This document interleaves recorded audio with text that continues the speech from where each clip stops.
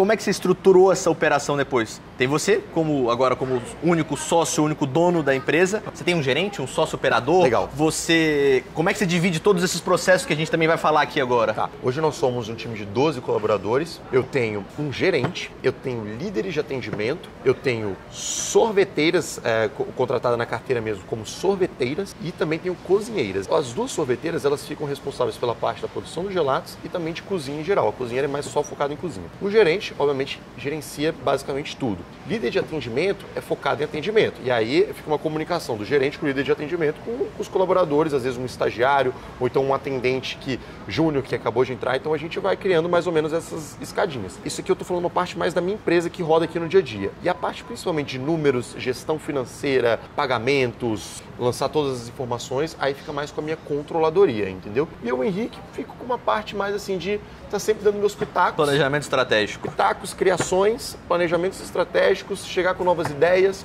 Então hoje eu fico muito... Eu passo por tudo aqui dentro. Até a parte hoje de compras, eu tenho melhorado o meu processo de compras. Então, olha que interessante. Quando a gente acha que às vezes o negócio está rodando muito bem. Eu tinha uma gerente há pouco tempo atrás. Uma pessoa muito boa, continua até comigo aqui, não mais como gerente. Só que o processo de compras dela não estava muito efetivo. Então, depois que ela saiu como gerente, eu fui observar algumas coisas, ela basicamente só comprava dos mesmos fornecedores. Ela é tiradora de pedido, ela não fazia cotação. Ela não estava mais brigando preço nem nada. Então, nesse ponto, eu vi que pesou um pouco a questão de já estava um pouquinho mais alto. Eu consegui reduzir depois que a gente até tem mudado isso e reformulado alguns processos. Então, toda hora a gente acaba reformulando e mudando algumas coisas. Mas hoje é basicamente assim, eu tenho controladoria, tenho gerente, tenho líder de atendimento, enfim, aí tem atendente júnior, estagiário. Atualmente eu estou sem nenhum estagiário, mas às vezes eu rodo muito com estagiário, a gente pode até abordar isso, se for o caso. Sorveteiro e cozinheiro. E fica mais ou menos assim. Se você fosse me numerar, quais são os 3 principais processos que você acha que são cruciais para que você tenha esses números saudáveis que você tem hoje? Hoje, eu resumo talvez em 2 palavrinhas. Processos e contratação. Treinamento. Processo, contratação, treinamento. Eu fico sempre muito nesse triângulo, processo, contratação, treinamento. Então, eu falo processo porque o que acontecia às vezes no passado? Vou te trazer um exemplo. Primeiro ano de empresa, segundo ano de empresa. A gente contratava a gente para cozinha. A pessoa começava a entender tudo do prato, ou então da forma que a gente gostaria que ela fizesse.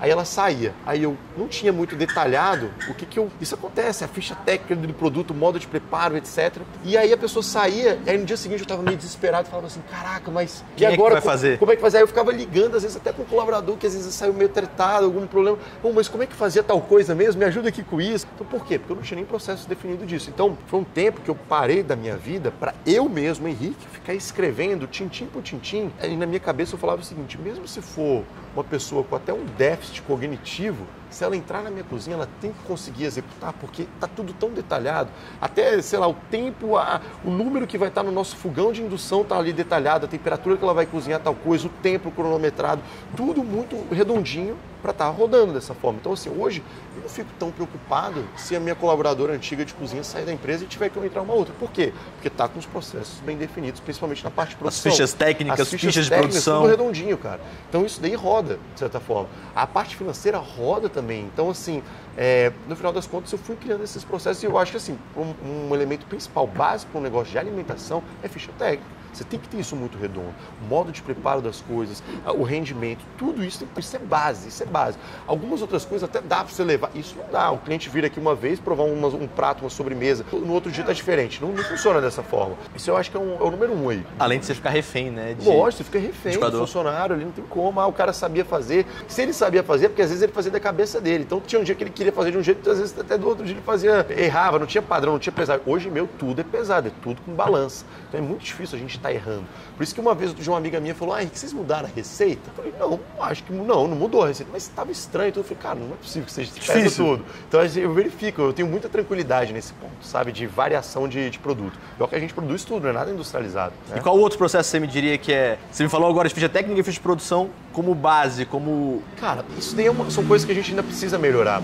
Processo de contratação eu acho muito importante. Eu mesmo não tenho assim, processos de contratação. Eu falo assim, em alguns pontos, eu, Henrique, Isso é bom que eu sou uma pessoa, de certa forma, humana, mas eu tenho a tendência a contratar muito as pessoas que vão aparecendo aqui para mim, e obviamente no feeling mesmo que a gente vai sentir. Então, eu confesso para você, não tenho muitos processos de contratação, apesar de que a gente também não roda muita equipe, por incrível que pareça. Hoje a gente fez a confraternização do nosso time agora, segunda-feira dessa semana, só 2 colaboradores novos, ou seja, de uma equipe de 12, eu rodei 2 de um ano, do Natal do ano passado. Tem pouca rotatividade. Pouca rotatividade. Então, assim, a gente consegue cultivar. Então, assim, o que eu colocaria, talvez, não é bem um processo, mas que é muito importante, é cultivar. É você estar cultivando a cultura da sua empresa. Então, como que você cultiva a cultura da sua empresa? O que é cultura? É cultivar, vem da palavra cultivo. É você estar reunindo constantemente seu time, estar relembrando os princípios da sua empresa. Então, aqui na minha empresa eu tenho 12 princípios que a gente está aí no nosso quadro, são muito legais. Depois, qualquer coisa eu posso até ler alguns para você aqui. Então a gente procura relembrar todos os dias, toda semana, os princípios dessa empresa. Às vezes eu, Henrique, como gestor, peco um pouco nisso. Eu tenho a tendência, às vezes, de deixar um pouco de lado. A gente faz isso uma vez, 2 vezes, e às vezes... Mas é muito importante o processo de cultivo. Então, o segundo processo que eu coloco como muito importante é isso.